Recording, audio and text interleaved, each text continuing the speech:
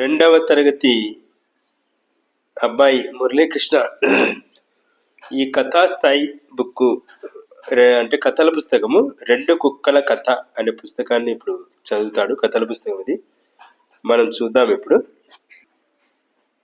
ఈ అబ్బాయి పేరు మురళీకృష్ణ. Okay okay start. రెండు కుక్కల కథ. ఒక చిన్న నగరంలో ఇద్దరు అబ్బాయిలు ఉండేవారు. వారిలో ఒకటి అతను ఉన్నంతస్తులో పెద్ద భవంతిలో నివసించేవాడు.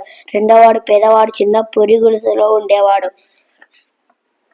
ఆ ఇద్దరు అబ్బాయిల వద్ద పెంపుడు కుక్కలు ఉన్నాయి. ధనవంతుని దగ్గర మిలిజాతి కుక్క ఉంది. పేదవాడి దగ్గర కూడా కుక్క ఉంది.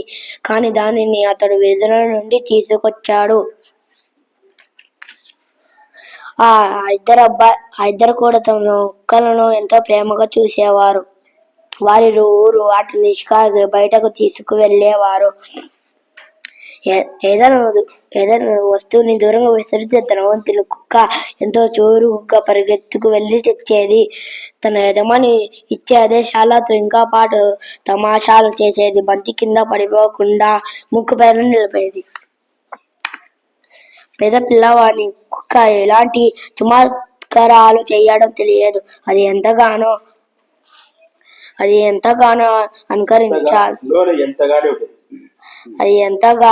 అనుకరించాలని ప్రయత్నం చేసినా చేయలేకపోయేది. పేద పిల్లవాడు ఎంతగానో నిరాశపడేవాడు. పాపం అతని కుక్క కూడా బాధపడేది. తనలో ఎలాంటి మంచి లక్షణాలు లేవు కదా అంటూ చింతించేది. వీధులకి ఒక్కరోజు రాత్రి కొంతమంది దొంగలు వచ్చారు. వాళ్ళ దృష్టి ధనవంతుని ఇళ్ళ సొంతమైన భవంతిపై పడింది. ఈ ఇంట్లో ఖచ్చితంగా బోలెడు డబ్బు నగలు ఉంటాయి, దోచుకోవచ్చని భావించారు. ఆ ధనవంతుని ఇంటికి కన్నం వేయడానికి పథకం వేశారు. పేదవాని కుక్క దొంగలు వస్తున్న విషయాన్ని అలకటితో పసిగట్టింది. వారిని గమనిస్తూ మెల్లగా అనుసరించింది. ఆ దొంగలు ధనవంతుని ఇంట్లోకి దూరడం చూసి కుక్క గట్టిగా మొరగసాగింది. కానీ దాని అరుపులు విని ఇంట్లో వాళ్ళెవరు నిద్ర నుండి లేవలేదు.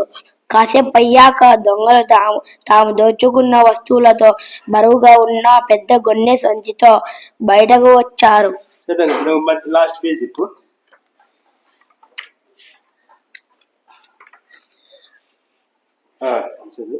ధనవంతుడు అందరినీ పిలిచి పెద్ద విందు భోజనం ఏర్పాటు చేశాడు.